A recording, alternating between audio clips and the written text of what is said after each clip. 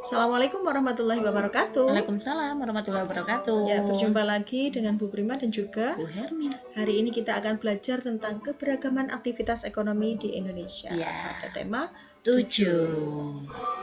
Ya, langsung saja. Adapun tujuan pembelajaran kita hari ini yaitu yang pertama, cuma satu ini tujuannya. Ya. Tapi banyak Bu Prima ya.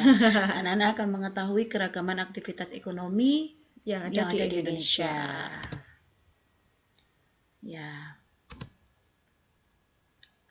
Sebelum kita mulai tentang keragaman aktivitas ekonomi, kita awali dengan kekayaan yang ada di Indonesia. Ini adalah gambar dari hutan. Ya. Karena kita berada di Malang ya Bu Hermin. Iya. Dan juga banyak pantainya juga. Iya. Ini adalah gambar di pantai ya Bu Hermin. Betul. Nah, ini adalah dilepas pantai minyak bumi dilepas pantai, betul. Ya. Kemudian ini adalah pertambangan emas di Freeport sana Bu. Ya, kalau melihatnya kok ya jadi takut. Ngeri ya Bu Prima ya. Ya. Seperti itu anak-anak. Ya, ini adalah contoh dari sumber daya alam atau kekayaan alam yang ada di Indonesia. Seperti itu. Ya.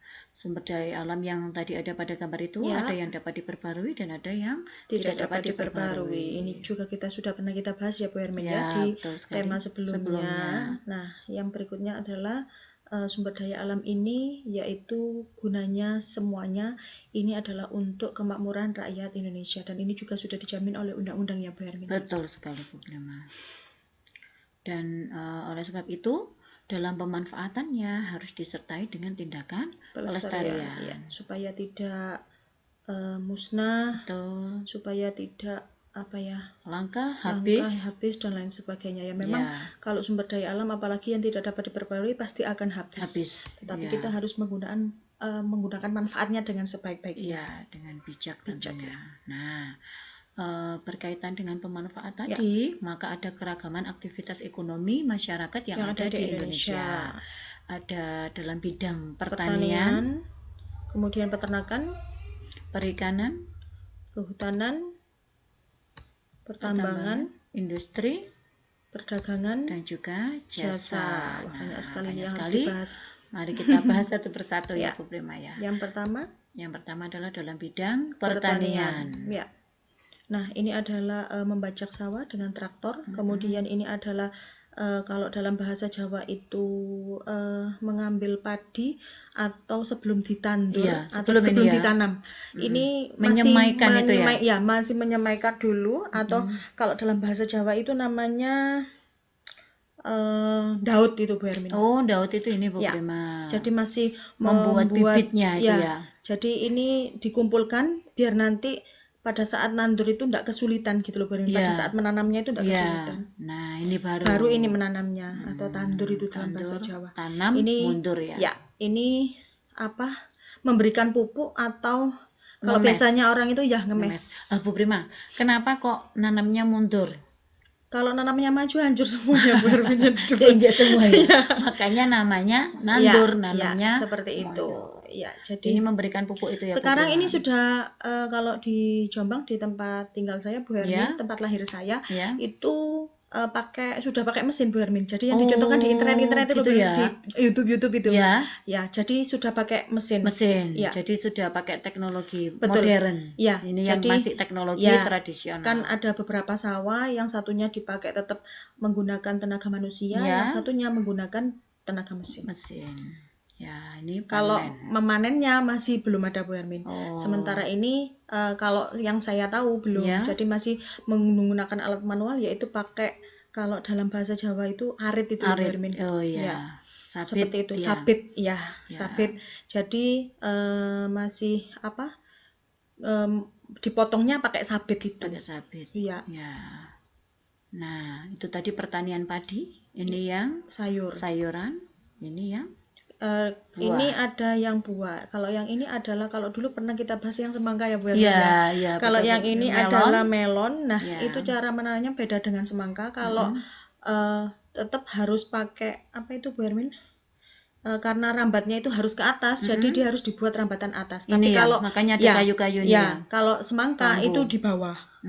Kalau semangka itu rambatannya di bawah. Gitu. Jadi ini tanahnya diundukan. Kalau yang semangka itu tanahnya rata, tapi yang pinggir-pinggirnya itu dikasih kayak seperti untuk alirannya air. Oh, supaya tidak sampai ke situ ya. Betul, seperti itu.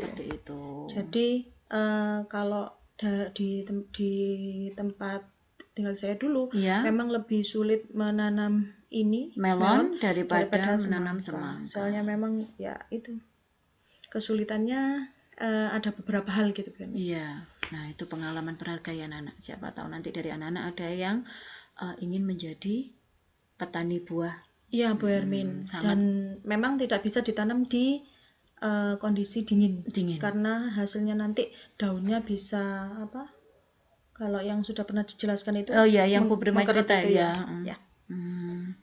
Nah, pertanian ini di mana letak Indonesia itu berada pada garis letak astronomis ya. Letak astronomis Indonesia berada pada 6 derajat lintang utara dan 11 sampai 11 derajat lintang selatan. Nah, dari letak astronomis ini maka Indonesia mempunyai iklim tropis ya, sehingga mempunyai banyak curah hujan dan cukup sinar matahari, sangat mendukung untuk wilayah pertanian. Ditambah dengan banyaknya gunung api yang membuat tanahnya semakin subur karena dari apa itu kawah ya Bu Hermin? Iya, betul, material di dalam perut bumi keluar. Nah, akhirnya karena banyaknya wilayah pertanian, maka Indonesia disebut sebagai negara agraris. Seperti itu. Nah, pertanian ini sendiri dibagi menjadi dua, yaitu pertanian lahan basah yang dengan ciri-cirinya itu banyak air di situ ya. Kemudian ciri yang kedua ini ya Bu Hermin ya. Contohnya ya nih Bu. Oh ya, ini contohnya sawah irigasi dan sawah lebak. Nah, yang seperti ini yang sawah irigasi. Ya, ini yang sawah lebak. Jadi lebih banyak airnya ya. Karena sawah irigasi itu kan saluran airnya dibuat sendiri oleh manusia. Tapi kalau sawah lebak ini dari rawa-rawa. Ya, seperti itu. Namanya sulit ini Bu Hermin. Iya, betul Bu Prima. Lebih sulit. Bayangkannya saja banyak air seperti itu. Yang kedua adalah pertanian lahan kering, yaitu dengan ciri sedikit air. Kemudian untuk biasanya contohnya itu adalah tegalan dan perkebunan. Ini yang tegalan yang perkebunan ya. Semuanya ini dimanfaatkan sebagai sumber pangan, terutama bagi manusia.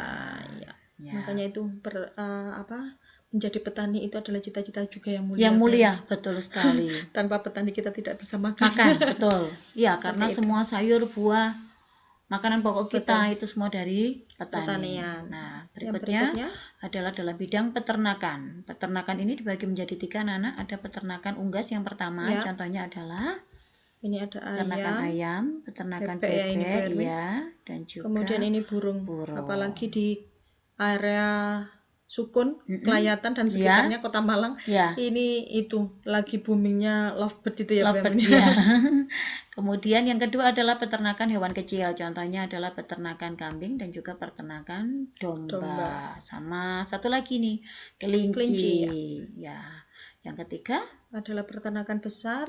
Contohnya adalah ini sapi, ini kerbau, dan ini adalah kuda. Dimanfaatkan ini ya Bu Hermin ya. Iya, semua pemanfaatannya sebagai sumber pangan juga sebagai sumber kerajinan. Contohnya kulitnya dibuat beduk, dibuat dan lain sebagainya, jaket dan lain sepatu. Itu ikat pinggang. Ya, betul. Nah, berikutnya adalah perikanan, di mana 2/3 wilayah Indonesia itu berupa perairan, sehingga Indonesia juga dikenal sebagai negara maritim. Ini juga sudah pernah dijelaskan. Betul pada saat apa itu ya, yang terkenal itu kerajaan Tarumanegara. Bukan, Majapahit Bu. Oh iya, Gajah Mada. Negara maritim. Indonesia karena luas kelautannya, makanya disebut sebagai negara maritim.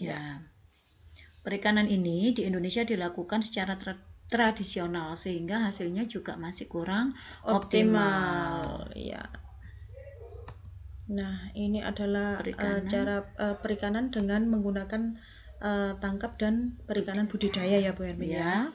Nah, kalau perikanan tangkap itu adalah nelayan mencari ikan di laut, baik dengan cara tradisional maupun modern, seperti itu. Kemudian kalau budidaya itu di darat seperti kolam, sawah, kemudian di sungai, danau, waduk, air payau, tambak. Jadi kalau yang ikan ini banyaknya itu menghasilkan ikan itu ya Bu Hermin ya. Nila, ya, mujair, lele, bandeng, kutu itu ya. Kutu ya.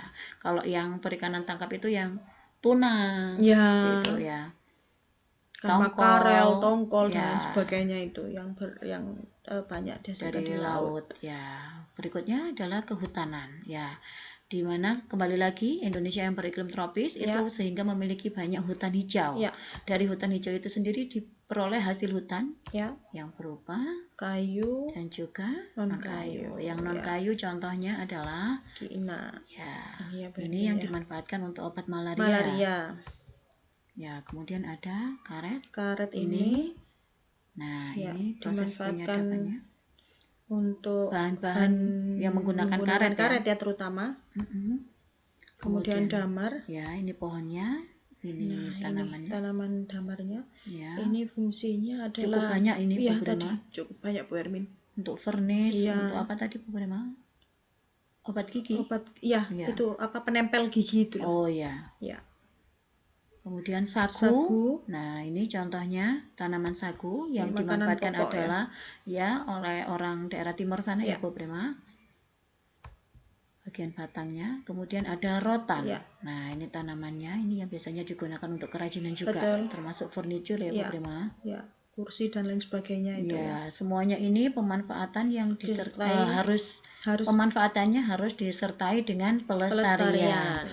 Mengingat bahwa manfaat hutan ini sangat besar di antaranya sebagai penyimpan cadangan air tanah, kemudian menyeimbang iklim, kemudian penghasil oksigen itu terutama karena paru-paru dunia di hutan, kemudian habitat flora dan fauna. Dan yang terakhir juga dimanfaatkan sebagai objek wisata. Biasanya anak-anak juga studi wisata juga bisa ke hutan ya Bu Prima. Betul Bu Hermin. Ya. Ini sepertinya tidak cukup ya Bu Prima ya. Kita lihat pertambangan ya. Nah, di sini pertambangan ini ada pertambangan migas dan juga pertambangan non-migas. Yang non-migas itu contohnya adalah emas, perak, tembaga, intan. Nah, ini contohnya dari pertambangan hasil tembaga ini Bu Prima ya. Ini yang intan, pertambangan intan itu hampir seperti emas ya Bu Prima, harus mendulang dulu. Nah, ini batu-batu intannya ya Bu Hermin ya. Iya, betul sekali. Dan ini merupakan sumber daya alam yang tidak dapat diperbarui. Maka dalam pengeksplorasiannya harus digunakan dengan bijak dan sebaik-baiknya. Seperti itu. Selanjutnya adalah industri, di mana industri ini adalah mengolah bahan mentah menjadi bahan setengah jadi. Contohnya pada pabrik benang dan juga pabrik tekstil. Untuk yang bahan mentah menjadi bahan jadi, itu contohnya adalah keramik lantai ya Bu Prima, sama keramik yang dibakar, yang vas bunga ya. Nah, itu berarti bahan mentah menjadi bahan jadi. Berikutnya adalah perdagangan. Ya. Mengapa harus ada perdagangan? Karena setiap potensi alam di setiap daerah itu berbeda-beda ya. Kemudian dipengaruhi oleh kondisi geografis setiap daerah karena memang setiap daerah itu tidak sama. Ya, sehingga setiap daerah tidak mampu untuk menghasilkan barang yang dibutuhkan. Maka perdagangan menyalurkan barang atau jasa dari produsen kepada konsumen. Kayaknya ini harus lanjut Bu Hermin. Lanjut ke part 2 ya Bu Prima ya. Ini kita akhiri dulu, kita berjumpa lagi nanti di slide di part 2. Ya.